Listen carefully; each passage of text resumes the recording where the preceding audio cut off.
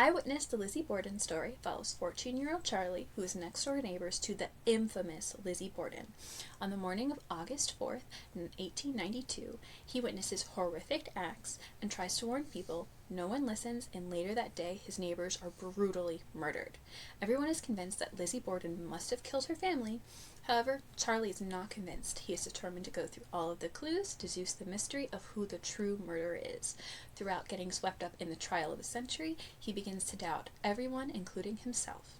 This is a great graphic novel for someone looking for a quick, easy mystery.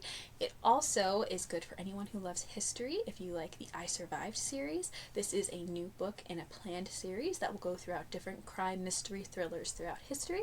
So quick, easy fun, definitely want to pick it up.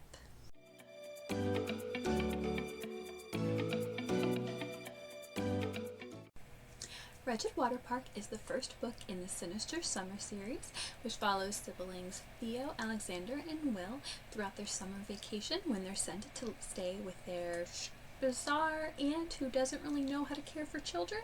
They're taken to increasingly creepy vacation spots.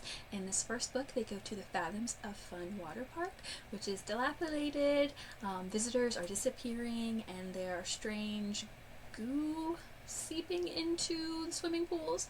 Throughout this book, they're trying to solve the mystery of the water park, as well as what happened to their parents.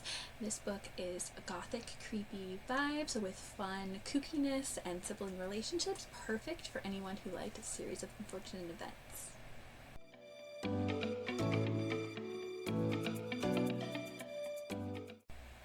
11-year-old Ollie is dealing with personal tragedy and takes comfort in books.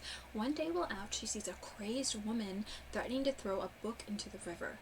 Without thinking very much, she rescues the book and runs home, only to discover when she gets home that the book is a very disturbing story about children making a deal with a creepy smiling creature. The following day, she goes on a school field trip to a farm and finds that the farm has graves with the children that were in the book. Desperate to get out of there, she can't because the school bus is broken down and her classmates have to stay the night on this hauntedly seeming farm. Throughout the story, her and her classmates are trying to discover the mystery behind the book, the farm, the disturbing smiling man that seems to be following them around, and surviving the night. This is a great book for fans of R.L. Stine or anyone looking for a creepy, sinister mystery.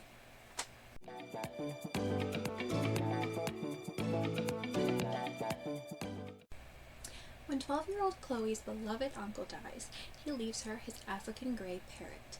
While caring for the bird, she begins to hear strange words like cyanide, homicide, it was murder. After this, she begins to think that maybe her uncle passing from illness was wrong, and he actually died because of foul play. Throughout the book, she enlists the rest of her family to investigate what really happened to her uncle, delving deep into his life. Throughout the story, they discover maybe they didn't know him as well as they thought, and that the grieving process can be difficult, but that together as a family that they can make it through. This book is a humorous mystery delving into the process of grief, and it's great for kids experiencing loss or just wanting a great mystery story.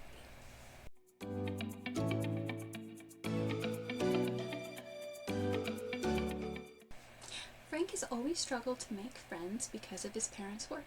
They constantly move around to renovate strange old buildings.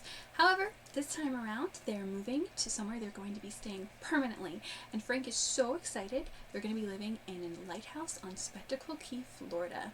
However, when they arrive, the lighthouse is in disarray, to say the least, and strange happenings occur, such as knocking when no one's there, coughing and sniffling out of nowhere, and a creepy doll that moves room to room.